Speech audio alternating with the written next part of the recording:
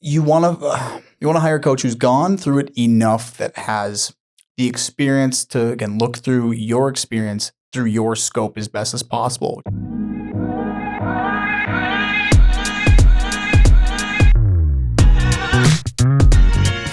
Dun, dun, dun, dun, dun. Ladies and gentlemen, welcome to the Soda Personal Training Podcast. We help busy adults get strong and fit. I'm Coach Sean, here with Coach Phil.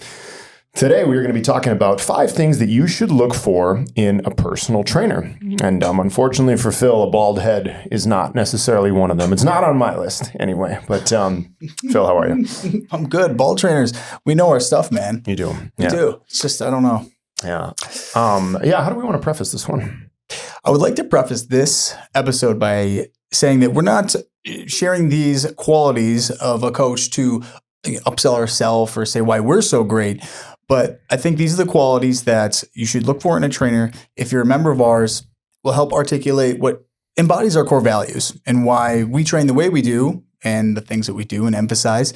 And if you're not a member and you're listening to this somewhere else, these are the things that you should look for in a coach. We truly believe will help you get the most value out of that investment with a coach, because that's what this is. Working with a trainer is an investment, and we want to make sure you see the return and value out of that investment. Right. Yeah. And there's a lot of grifters out there online. I mean, the fitness space is filled with it. We're going to talk a little shit about some of them, obviously. Yeah. And it's funny because I'm sitting here getting kind of nervous as I'm thinking about like, all right, what does Phil have on his list, right? Because we each put our own 5 different things and we're going to see how they compare, That's right. I'm sitting there thinking like, oh boy, like which one's on Phil's list am I not going to fall into the category of, you know what I mean? Like, I got to see if my performance is up to snuff here. But yeah, we did not. These are sight unseen for each other, which is kind of fun because we'll see if there's overlap. And, I put these 5 together and there's so many little ones I think that should embody like a coach. And a lot of times I talk to you guys about like there's coaching and then there's training, and there is in my mind a separation. We talk about what that difference is, and a lot of these kind of embody those. So that's one we'll kind of go through. But yeah, do you want to start with your first one? We can we'll go one for one here. And actually, I have mine in order, and they are bicep veins, large Instagram following, shirtless pictures, flirtatious personality, and a supplement brand. That's it. Is that all it takes? Kidding, everybody. Of course, I'm kidding. Okay. Although I do like fall into the category of like 2.5 of those, I think. Yeah, you kind of do. Whoops. Okay. Serious now. Yeah. Serious. So the first one that I put in, like I said, this kind of goes like in order, I guess, for like when you would start working with a trainer. Well, maybe. Okay. So the first one that I put is they do an assessment of you. Like if you're signing up with a coach or trainer or a new gym, there should be an assessment. It shouldn't just be like you walk into the gym and they'll be like, okay, yeah, it's all, $500, get started. This is what you're going to do. No, there should be like an assessment. They should ask you, the trainer or coach should ask you lots of questions. Okay. Like what are your aches and pains that you're having right now? What are your fitness goals? There should be, if you can come into the gym, let's do a physical assessment, during your first session. It should probably be a free session, right? Here we call it a starting point session, but it should be an assessment of the way you move. What are you capable of? There's all sorts of things that we should assess. So any good trainer or coach should be assessing you to see where you're at and what's appropriate for you. Yeah, I think I'll leave that one at that for now. Yeah, absolutely. I didn't actually put those in one of my 5, but I think when I talk about an assessment, there's the metric-based assessments, which is some gyms will do like a functional movement screen. They'll actually have you lay on a bench and do like the Thomas test, check for hamstring strength. And we do movement screening here like that, just like through movement, because functional strength is different for everybody. But an assessment absolutely is required. We do a pretty subjective assessment too, where it's like, what is all of your history? Like, tell us your story without it being crazy, crazy long. We don't know enough details so that we can help understand what shaped your history and what got you to this point. Because usually people try all sorts of things and they don't see the return. And so now they're here, and we want to be different in the way that we try to shape it based on those previous experiences and struggles and barriers and accomplishments. What worked for you, what didn't, what kind of coaching style do you like? So those are all part of our assessment, and that needs to be there. If someone just throws you into some group, boot camp, a boot camp, that term has to stick to eye. But yes, it's like just go in there and do the same thing everyone else is doing. That's not personal training. So, and even if it's one-on-one, if they're like, we're just going to do the exact, some sort of templated program just to do that, that's not always going to be the best. Yeah. As we get to know people, we start to customize it more. Everything's rooted in these functional movements. But an assessment, absolutely, I agree there. Like what did you have as your first thing? So my first one was, it's funny you start with the Instagram thing because I kind of did a little thing. I said educated or experienced over Instagram. So I kind of, you don't want the Instagram stuff. That's not to say a good coach is Instagram worthy, but there's I think a big problem that the Instagram coaches with all the followers, many of them are not certified at all. They could have just showed some really, really popular booty pics or something. And every so often, because we're in the fitness space, in my feed, we'll just get, it's the same story. It's some, mid-20s gal, and she's facing the other direction, doing some move, and she's sticking her butt out. And like, for a second, you're just like, whoa. And that's what gets attention. So what gets attention is not necessarily effective by any means, right? It's like, well, how does that tell you at all about what she knows about health and wellness, biomechanics, nutrition science? It's like, okay, she's got a butt and maybe she was born with it. I don't know. Yeah. So that gets really distracting. And right out of the gate, it's probably not I don't know. It might not be a good fit. Yeah.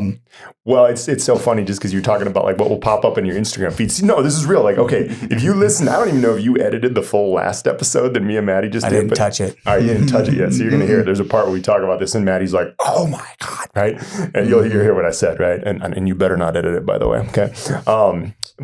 Anyway, and so no, this is real. And this is both men and women, probably a little bit more men than women. Like, we find fitness girls coming into our Instagram feed. You know what I mean? Like, that's just what happens, right? Like the Instagram just shows you, oh, look at this girl doing these freaking split squats or whatever, right? And like, it's terrible in the modern world, just how much of it there is, because like everybody, you have to work so hard to like not look at it or click on it. You know what I mean? Like it's just, it's so hard, right? And it's just in front of our face all day long. And it's not good fitness coaching at all. You know what I mean? And most of these people on Instagram, like take it from me, okay? Take it from me because most people at this gym, or a lot of them, know that I have an Instagram fitness presence, okay? And, have definitely posted the shirtless pics in the past. Like I was just joking about at the beginning. And like, keep in mind a couple things. The shirtless pic is always when you're at your most shredded. Oh, yeah. Okay. When you're at your most tanned, you shaved off everything. It's before you ate anything that day. Okay. It's all of those factors. All right. And then for the people who have like the millions of followers and the blue checks and everything, it's all that plus the fact that they're on steroids, plus the fact that they have probably are using AI enhancements. Like it's not real. It's not real people during their real daily lives. It's not. Yeah. Absolutely right. She's saying the shave thing. So I'm like halfway there with my head. I shave my head like every morning. Is that kind of counts? No one wants to look at my bald head. A little tanning booth on that bald head. But yeah, you got to look for a level of experience or education. And I say there's a bit of a difference because at some point, like your CPT, your certified personal trainer certification, you can get that. I think I got mine like 2.5 months, right? And all of a sudden they're like, you can do whatever you want and help out whoever. And then it's like, well, okay, what else? So there should be continuing education. There should be workshops. So you want to make sure they're seeking active new education. Or they just have a number of years of experience and they've grown personally in the, in the space. Because there are trainers I used to work with that just did the same thing every single day and they never worked to get better. You can't really see that on the client side. You can see, all right, in this gym and they're doing their thing. But, I've learned more working, I don't know how many tens of thousands of hours training clients, but that's where a trainer learns. Yeah. And most trainers will start their clients off by doing what they know is familiar. So if you're like 50, you got a knee problem or back issues, and they're like, we're doing 20 burpees right now, you have the right to ask why. Like, why is that good for me? And maybe there's an argument if you're, able-bodied, but that's just not specific enough. And that specificity comes from education and experience with all different walks of life that can only be achieved through years of training. So that's a big one. Yeah, so the education piece, this is interesting. I was going to see what you were going to touch on with that because obviously, okay, like in a perfect world, and then this is where like I laugh at myself because I don't have as formal of a background in personal training as a lot of trainers do, right? I was wondering, like, is Phil going to say like a master's degree in exercise science here? You know, because I ain't got that and I ain't never going to get that probably, right? But you know, I definitely agree with the continuing education piece, right? Especially like the growth-minded continuing education, because there's always so much to learn here. When you finish a personal training certification of any sort, you don't know everything. No. You know like a tenth of what it's going to take to work with people. Yeah. Now, what's funny too, like with the education, of course, you know, don't get me wrong. You want a coach who, the coach in general, your trainer or coach should know more than you know about the way the body works in general, right? How does the body move, biomechanics and stuff like that. And this is probably where I'll bring in like my first little mini shot at Coach Blake of the day. For those of you who don't know, so Coach Blake is one of our coaches here, and you know he's a youngster, right? And he's like a biomechanics genius. He is. He's a youngster. Come on, he's like 27, right? He's an old soul. Well, he's an old. Maybe he is. Yeah.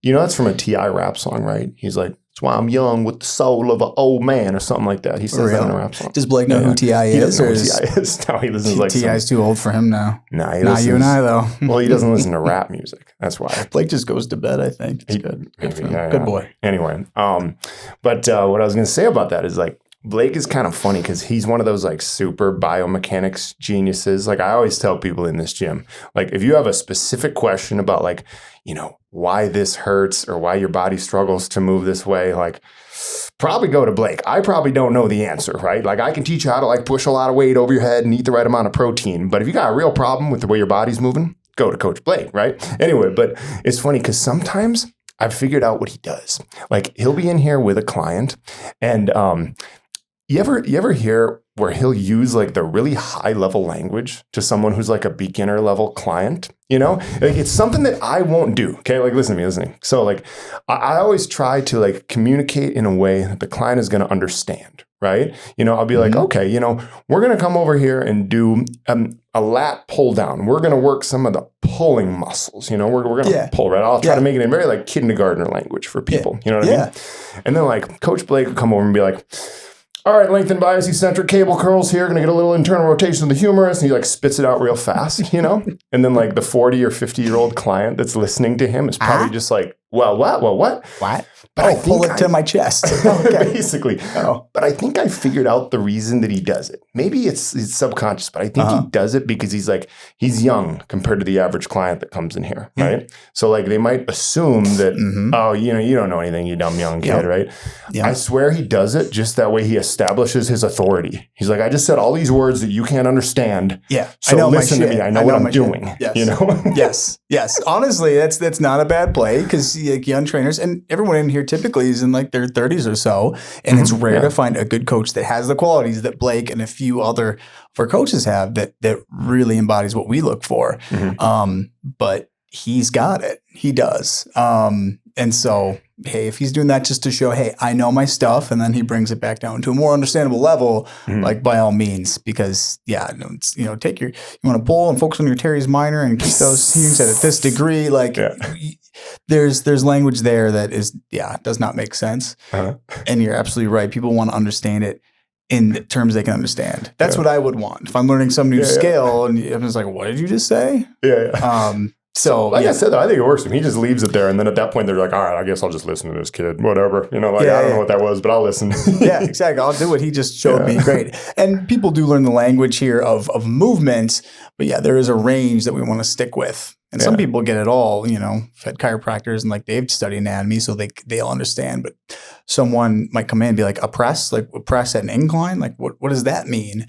And there's just a broad spectrum of language, which again, I think it takes an experienced coach to understand where you're at, figure out where your level is, and then to show you like what's the next 1-2 steps. And that comes down to language too. So, okay. What, do we both just get through number one? I think so. All right, we're going on to number two. Yeah. Okay. Well, you touched on this already, but like number two is they personalize your workouts, and everything is personalized, right? They personalize and they track your workouts. It should not be a cookie cutter program. Whether you're following someone, whether it's in person, it definitely shouldn't. Even if it's online. I mean, there's a lot of online cookie cutter programs out there that you can get for freaking $300 a month. That great, whatever.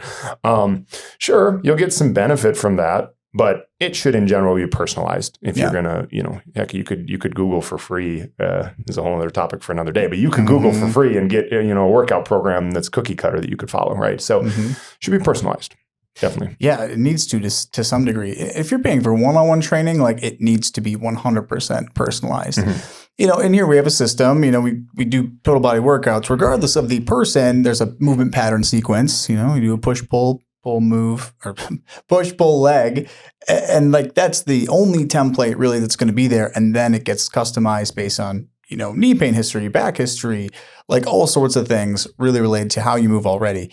And there has to be some of that, and you can even do that in a large group setting, like what do we do? It's we still have a one workout everyone's doing, but we come in and we make sure we modify. Hey, I know you've got this knee thing, we're gonna basically reduce the range of motion on that today. Like you can still do that in a multitude of settings, not in an Orange Theory class or something like that. I hope I don't get sued, but whatever. No, I hear other podcasts talk shit about them all the time. It's cool. I'm going to keep it going. Cool. You Orange Theory? No. Yeah. I've never been inside exactly. one. I don't know. You wouldn't like it. You wouldn't like it. Okay. Absolutely.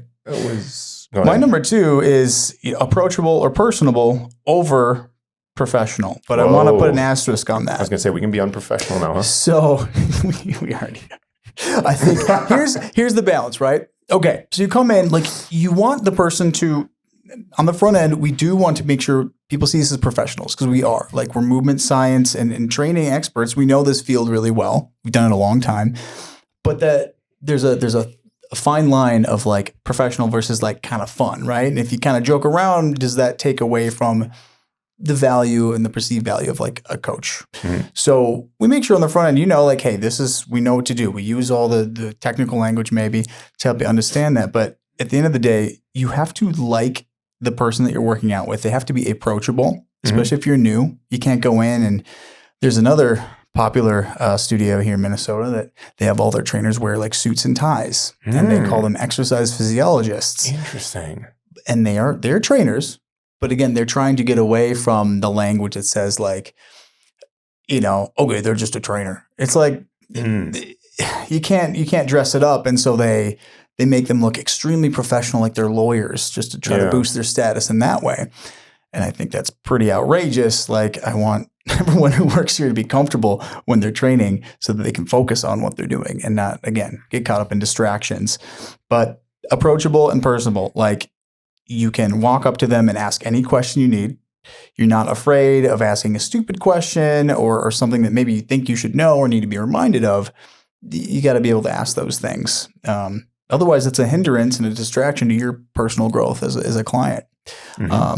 So, that's my number two. Yeah, that's basically the same exact thing as my number three, which is you have to like talking to them. Yeah. I mean, because at the end of the day, if you're going to work one-on-one with a person for multiple sessions, over and over, sure. Like you're working with Coach Blake. I mean, he can give you, he can talk to you about the length and bias, eccentric, internal humeral rotation, for like, that can be like, say 5 minutes out of the 60-minute session, that you're talking about those little technical details. But at some point, you got to shoot the shit a little bit with this person if you're hanging out with them for 30 or 60 minutes or whatever multiple times a week, which is why it's good that Blake knows about the Minnesota Vikings and some other things that are good in popular culture. Not just studies up, not just eccentric, internal rotation, length and bias, stuff like that. But anyway. What was it? Lengthened bias? Well, yeah, it's length. See, Phil doesn't even know what it is. So, lengthened bias cable curls, right? So you got to do more bro hypertrophy. Like biceps? No, lengthened bias. Okay, lengthened bias. Oh, okay, so you're putting a lot of, let me see. All right. Blake, listen to this and let me see if I explain this right. Okay, so we're talking about a lengthened bias cable curl. So you're doing a curl, a bicep curl with the cables behind you. You're stepping out in front of it. It's a lengthened bias because you got that bicep in the stretched, lengthened position. Okay, it's under a lot of load in that lengthened position. Okay, heavy eccentric load, slow eccentric. I think the internal humeral rotation part was kind of bullshit. What's the bias though? Because it's biased that way. It's not forward You sure you bias. didn't It's say not bicep shortened curl? bias. No, I think he said biased, All man. right. I think he said biased. That's good. BIAS. We just call those stretchy curls. Stretchy That's what we curls. can No, do. no, no. No, I don't Length like and that. bias. I Length and bias, slow I eccentric. like stretchy Okay. curls. Had Blake fact check me on that. Okay. That's good. He did use one term today. We were talking about a new client and some considerations, and he used one term that I like. I know the word, but I haven't used it that way. And I'm like, shit, he got me on that one. What do you say? I Nutation forgot or the something? word. No. Counter notation? It was, I don't remember what he said. I don't know. I have to double check on it, but I was like, oh, there he goes. Hasn't happened to me quite yet. And I'm like, what was that? Yeah. And then we just moved on because I didn't want to let him know. There you go, Blake. For every shot Sean gives you, I'm going to try to boost you up. Well, we give you like 2 compliments It's for true. every shot. I'm trying to get as smart as him too. I'm studying this biomechanics course, and if we ever get a 25th hour in the day, I swear I will finish that as soon as possible. I just don't have the time. I know. It's the luxury. I'm doing my best. Sean, you're doing great. Where are we? You go number 3? Yeah. That was your number 3. Yeah, Okay. yeah. So my number 3 is accessible and accommodating over aggressive. What I mean by that is if you're going to work with a trainer, you got to make sure that they're going to kind of ebb and flow with what life demands of you, because there's going to be curveballs. So accommodating, meaning, we have a late cancel policy, and we try to always avoid it unless someone has like a hair appointment and they're like, I'm just going to get my hair done. Well, they always have a hair appointment, but they fake sick is probably what happens. Right. Though, yeah, the fake sick for sure. Yeah. It's like, oh, it's the 4th time this month. But, in all seriousness, even in that situation, we always give people the benefit of the doubt, and we just help reschedule. We're like, just reschedule. We're not going to charge you, but we got to get in this frequency. Yeah. Because that's in your best interest as the client. We want you to get results. And if we let you slip off, and then we're not doing our job. So we're accommodating. And aggressive might be like, no excuses, get in here. Yeah. The number of times I see I don't mean to like trash every trainer under the age of 25, but like there's a lot of these trainers be like, everyone's got the same 24 hours in a day, you can do it. I understand the no excuses approach, but the reality is, as life changes, our priorities shift seasonally. And when people have like kids and even some work stuff, sometimes it does have to take priority once in a while over your fitness. But we got to make sure we get back on track. And so you need to find a coach that's going to accommodate some of that without being, aggressive on the other side. It's going to make sure they're going to understand and deal with that with empathy, and not just be like, whatever, get over here. You're making excuses. You'll probably quit if you're too harsh, if they're too harsh like that. They're going to say like, well, they don't understand. And then just building off that was just accessible, like just making sure if you need something, you can message and get a response, and they're not overwhelmed, and they give enough of a shit, pardon my French, about you and making sure you can stay on track. Yeah, this is a tough one. Like, this is where you have to kind of walk a fine line, right? Because as a coach, you have to be, well, I guess accessible or approachable, like like Phil is saying, and accommodating, whatever. There were like 3 words that started with an A. I used a lot. I know there's a lot of alliteration there. But at the same time, we do have to know how to push people and in what way to push people, whether it's getting out of their comfort zone and just being more consistent with it. That's one aspect of it. Just, the consistency and accountability piece. Sometimes it's just during the workout itself. It's like, okay, no, I know I need to push you harder than you think you can go, in the sense of you think you can only lift the 20-pound dumbbells right now, but you could actually do the 25 or even 30-pound dumbbells right now. And I know you could, and we're going to do it, right? Little things like that, there's a very fine line, because on the one hand, no, we shouldn't be pushing people boot camp style where everybody's throwing up in a trash can at the end of the workout. But we do have to push people out of our comfort zone a little bit. I mean, probably number one reason somebody hires a trainer is for the accountability. It's like, I know I won't do it if I don't have an appointment with you on the calendar. But also a lot of times it's because I know you're going to make me do things that I wouldn't. And this is the typical, just 50-year-old guy who probably played football or something like that in high school or college or whatever. And then he's like, well, I don't really like to work out my legs anymore, so maybe I'll go to the gym and do some of those length and bias cable curls or something like that, but I'm not going to do any legs, So then they hire a trainer because they know that the trainer will make them actually work their legs, So we got to get people out of their comfort zones in the right way. Exactly. Well, and I'd like to just jump to number 4 because writing 3 is like, we can't be that soft. We can be understanding and empathetic, but at the end of the day, we are not, like, coaches are not paid to be your friend. They can certainly, I know. Use that line. I ain't paid to be your friend, dog. I want you guys, we can be cordial and we can be friendly, but at the end of the day, like, you're not paying a trainer because you need a friend. That's not the first priority. You can find a friend in a trainer, but also there's a professional barrier there. You're okay telling your friend no. You're okay telling your spouse no. A trainer has this professional barrier, then their only job is to help you get results. It should be, or to, whatever that definition of results means. So you got to make sure that person is, yes, somewhat understanding, supportive, and flexible. But my number 4 is accountable over agreeable. So, agreeable. And agreeable, I wouldn't say is accessible, accommodating. Agreeable is like, just do, hey, that's okay. You want to just skip today? That's all right. What's so funny? Funny is all the A's, man. I We know. went from agreeable to accountable to accessible, not aggressive, but then we're back to accountable. I know, exactly. The It all comes 5 full A's of circle. a personal trainer. I was trying to make it kind of fun. Yeah. But actually, I didn't even try for that one. It just came naturally. Stick with me. Got you. Accountable. Like, all right, we're gonna keep you on track. The only thing people really need to do is to just keep going to the gym. You're always going to make good use of that time, even if you can't push 100%. So, our version of that here is, if you can't make it in, let's get you rescheduled so you still hit your 2 or 3 workouts a week. And if you can't, I'm going to send you a workout and you're going to text me when you're done.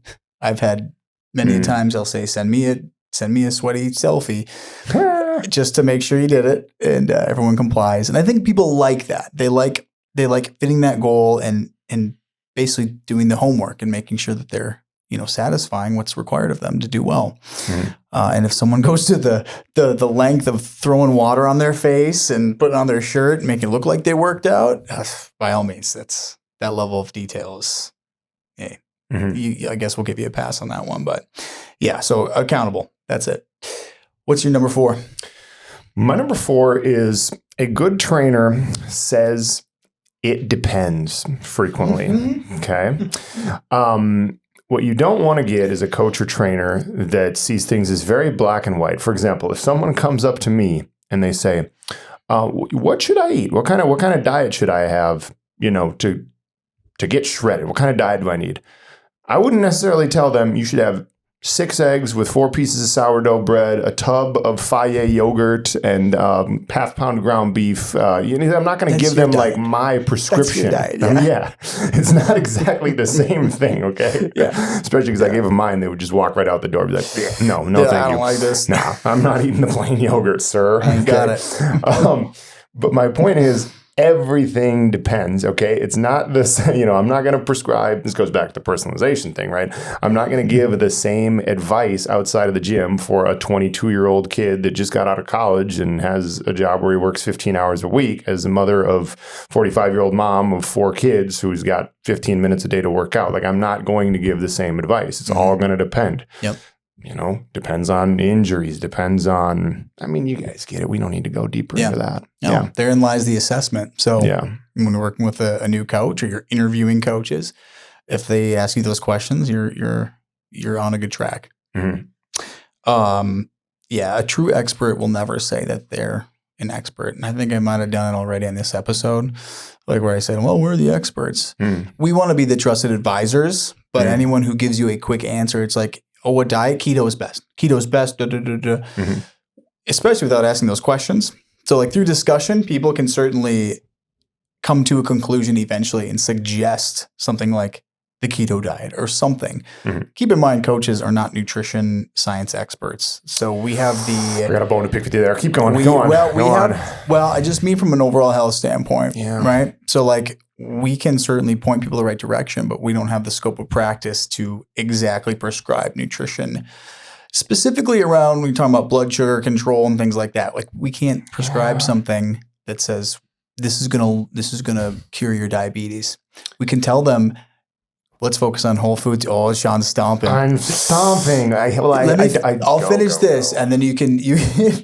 So we can say, hey, if you have a whole foods diet, you focus on animal protein or, even plant protein, fruits and veggies, drink your water, get your sleep, the same thing's going to happen, but we're not treating things. But if you go to a dietitian, they're going to pretty much tell you the same stuff. Well, the reason I started stomping anxiously over here is because I hate this. I don't like the scope of practice thing, because everybody's like, it's not within our scope of practice to assess for injuries or something like that. It's not within our scope of practice to give certain nutrition advice. And I'm like, It makes me want to pull my hair out, because here's my thing with that. We live in a country where, I would love to debate most doctors on nutrition. You would smoke them, Sean. Well, I know. And I'm not saying there's some that don't know a lot about it, but I would love to debate them on like every aspect of nutrition. And it's hard because we live in a country who, I think this is part of the problem with this kind of the system in this country, I'll call it the healthcare system, is that I like giving people just straight up nutrition advice as it relates to all aspects of health, because I'm like, all right, well, if you follow the system is going to tell you to follow the food pyramid, which is going to probably get you into trouble. I don't know, if you follow kind of the government recommended nutrition advice in this country for the last 50 years, it's not great. I'm not. And it is nuanced. Like, it's nuanced. I'm not telling everybody to go on a carnivore diet and frickin', eat raw liver like the Liver King does. But I'm saying, like, don't follow the exact guidelines necessarily, and listen to me with nutrition advice, not your doctor. There you go. I said it. Well, here's the deal. Coaches get more nutrition education if they go about it, and we do precision nutrition, and we go above and beyond to make sure we go deeper into these three things that constitute a personal trainer certification, which is typically movement science, like kinesiology, it's biomechanics, it's nutrition science, and it's psychology, it's habit change and things like that. So most of the coaches here have precision nutrition, which dives into that world of nutrition science more. So we're able to say a few more things with good conviction. The problem is, very few people need a nutritionist or a dietitian to do the things they need to do based on their goals. And so it's well within, I think, what should be in our scope of practice to be able to say, let's do this. But through precision nutrition, we can still provide things like, here's a range of macronutrients you should aim for, and here's qualitatively what we should focus on, because we do have that coverage of nutrition science behind us, versus, some cookie cutter nonsense that has eaten 1,200 calories a day and whatnot. So I'm with you on that whole argument. I think it's ridiculous, and more people need help, and they don't need enough help that they go to their doctor to ask, and then they get referred, and their doctor's like, well, I don't know, you just take this medication and you're good. It's a big problem. So we do as much as humanly possible to make sure we steer people, again, in the right direction with that stuff. But it's a massive problem with their whole system. Yeah. Shit got real, huh? I know. Well, hey, we found something that we, I guess, to get angry about. Yeah, it's good. We got to have at least one. System, man. Yeah. I mean, there was another point that I was going to make there, but I can't really remember. I was just going to say my number 5 gets a little bit controversial, but are we let's do it there? Oh yeah, let's do it. Okay. You go your 5, and maybe I'll wrap up with mine. So, okay, I'm going to phrase it this way. Number 5 is that the trainer or coach you're looking to hire should have or be something that you want. Okay? Now, this is where it gets a little bit controversial, because there's kind of debate in the fitness space is like, well, does your trainer have to be in really good shape, right? There's a certain element of we want to be, we want to be fit in a certain way as coaches and trainers. I made the bicep joke vein earlier. Your trainer doesn't have to have freaking bicep veins or something like that, right? What your coach or trainer should be, probably in general, is fit, healthy, good energy. I don't know who's blowing up Phil's phone over here, but Sophia has lice. Her school just called. She has lice. Jesus. Okay. Are we good? Done. I don't have lice. I can't get lice, Sean. I can't get lice. I mean, other than maybe everywhere else. The third example, just not the top of my head. Third example in this podcast about Phil doesn't care about his kids. He just makes jokes about it. All right. Anyway, go on. I'm sorry. I'm sorry about that. Don't cut it. I told you. Don't edit any of this. I don't cut. I'm over it. I ain't got the time for it. And I know what you cut. No, but we're kind of wrapping up, so it's okay. All right. So I'm back to my point here. But so a coach or trainer should have or be something that you want. Okay, like maybe it is. Maybe, you're someone who's like, oh, I'm 10, 15 pounds overweight and I don't have that much muscle and all I want to do is be shredded, right? Well, then it would be a good idea probably to hire a coach who either is that or has coached a lot of clients through that, who really knows that process, right? Because, you can learn what you learn in the textbooks about how to get shredded, so to speak. But then when you put things into practice, it's always a little bit different, right? So in that case, it would be good to work with a coach who themselves have gone through lots of phases of a body recomposition journey, right? But it doesn't have, for different people, it could be different things, right? It's like my energy levels are low, okay? Or just my health is bad. My cardiovascular fitness is bad, right? Well, maybe you should work with a coach who has really good energy levels, right? Or who has really good cardiovascular fitness. Whatever it may be, I think that you should work with a coach who has or represents something that you want to be, okay? And what we're also, I'll just say it, like, this is a tricky one too, because like we work in a space where most coaches and trainers are fairly young compared to most clients, right? So even me, at the ripe old age of 35, almost 36 right now, I'm kind of getting into that middle age category, but I'm still young compared to the average client who hires a personal trainer. And I don't have kids yet, right? Which creates the whole thing about, well, you don't know what it's like, because you don't have kids, which is real, right? So that's always tricky. Like in a perfect world, the ideal personal trainer is probably a 55-year-old man or woman with 3 kids who's gone through some shit in life, you know what I mean? And yet is still jacked out of their mind, which barely exists. I don't know if I've met anyone ever like that. Maybe a couple. I mean, we got a couple people who work out here. Yeah, people who work out here. Yeah, exactly. Like, we should try to hire them. Maybe. It's because they work out with Blake and he has them do those lengthened bias eccentric curls. Bias. Okay. Exactly. But you bring up a very good point. Does my coach need to be, have a 6-pack and 20-inch biceps, which is huge. 20 inch. Okay, I got to come back to that. Well, that's steroids. 20 inches is bonkers, bro. Go on. That's like Ronnie Coleman, and if you guys look him up, and if you want him to be your trainer, talk about aggressive. But essentially, yes, that is a tricky one because you want to be like, that's my coach and trainer, but sometimes people expect that they're going to be like some massive person, but it comes at the expense sometimes of all these other things. Yeah. And if your trainer is a bodybuilder, they're doing like a show, like try to work with them a few weeks before their competition and see how that goes. Like they're gonna be exhausted, like depleted, angry, hangry. Yeah, and like there's an amount of self-centeredness around some coaches. Like the reason people get into this industry is very multifaceted, but like we all got some baggage. We're all effed up. We're right? So just hire the ones that hide it the best. No. But in all seriousness, it's like you want to hire a coach who's gone through it enough that has the experience to, again, look through your experience through your scope as best as possible, which comes back to like empathy, right? So if they're just talking about themselves all the time and, oh yeah, I'm doing this and that, like, is that relatable? If not, it's going to make it harder to basically follow the guidance and for them to speak and have the right conviction when giving you advice. And I don't think, have you ever seen, I forgot the name of the coach. There's a bunch of like football coaches and he's trained all these NFL athletes, right? And he's a very big dude, right?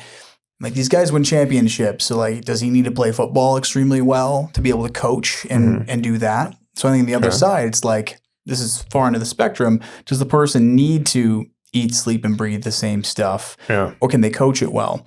And I think as people progress as coaches, you can probably get away with a little less of the doing and more of the coaching because you've done it. Now, I don't think that goes away completely. But, myself, it's like I used to, work out 4 or 5 days a week. We talked about it. It'd be forever, right? And admittedly, I'm probably not in the best shape I've ever been in, but it's the season of life right now, and I'll come back to it. But I've gotten far better at coaching in the last few years because of the exposure. And my experience is my experience. So again, this all comes through the session, the experience, the trainer. It should all start with you and your experience as the client, because then they can problem solve and create that roadmap to success, and has nothing to do with their own personal journey or experience to a degree. So anyway, that is a really tricky one because there's arguments 2 and 4, that one as well.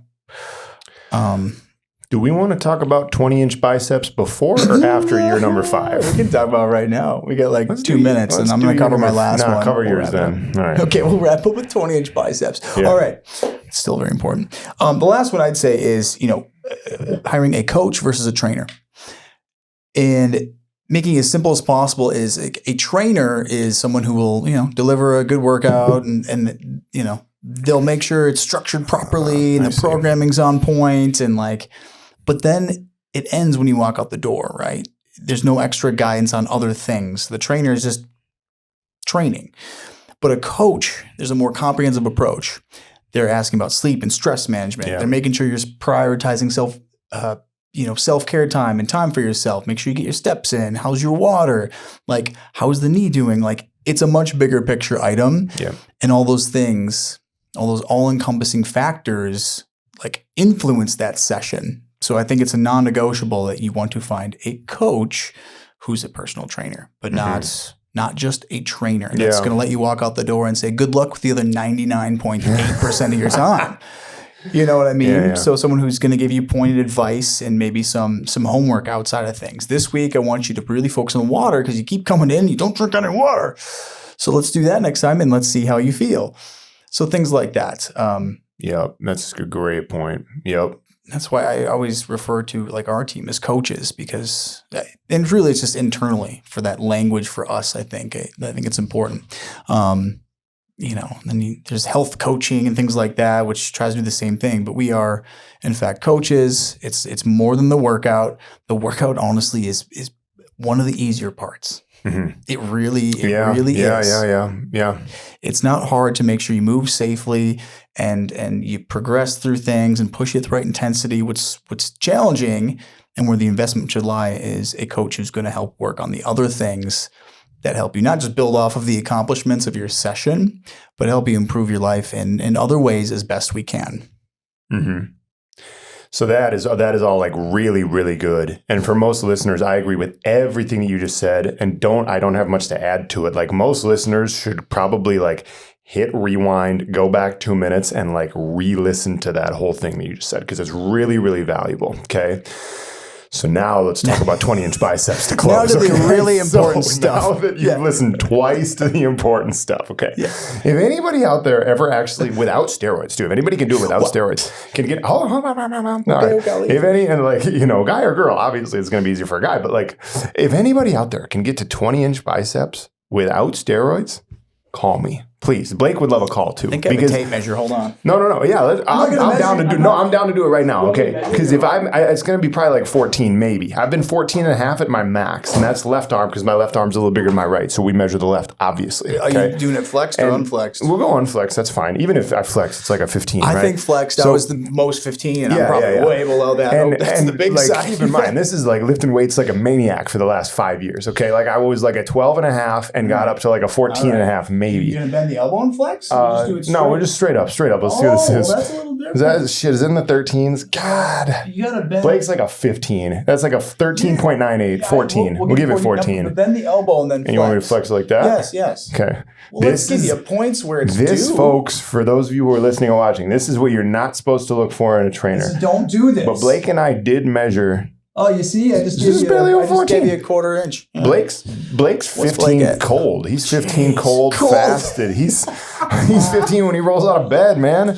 God. Well, it's because he's worked. He puts in the bicep work. And now, hold on, caveat. What I didn't just say about that is and I'm not going to call Blake fat, okay? But there is a body fat percentage thing here. If you're, I'm not comparing me to him, okay? But body fat percentage, body fat percentage plays a role, right? So if somebody has a 20-inch bicep and it's all body fat, what I should have said at the beginning, right, is that if your body fat is, for a male under 15% and you've got a 20-inch bicep, call me. Okay. You can probably get to 20 on pure body fat. You know what I mean? Yeah. I've seen that, right? Yeah. But if you got 20-inch arm muscle, call me up, DM me. Let's work together. Let me know. Let's work together. I want to collab on Instagram. Let's go. Yep.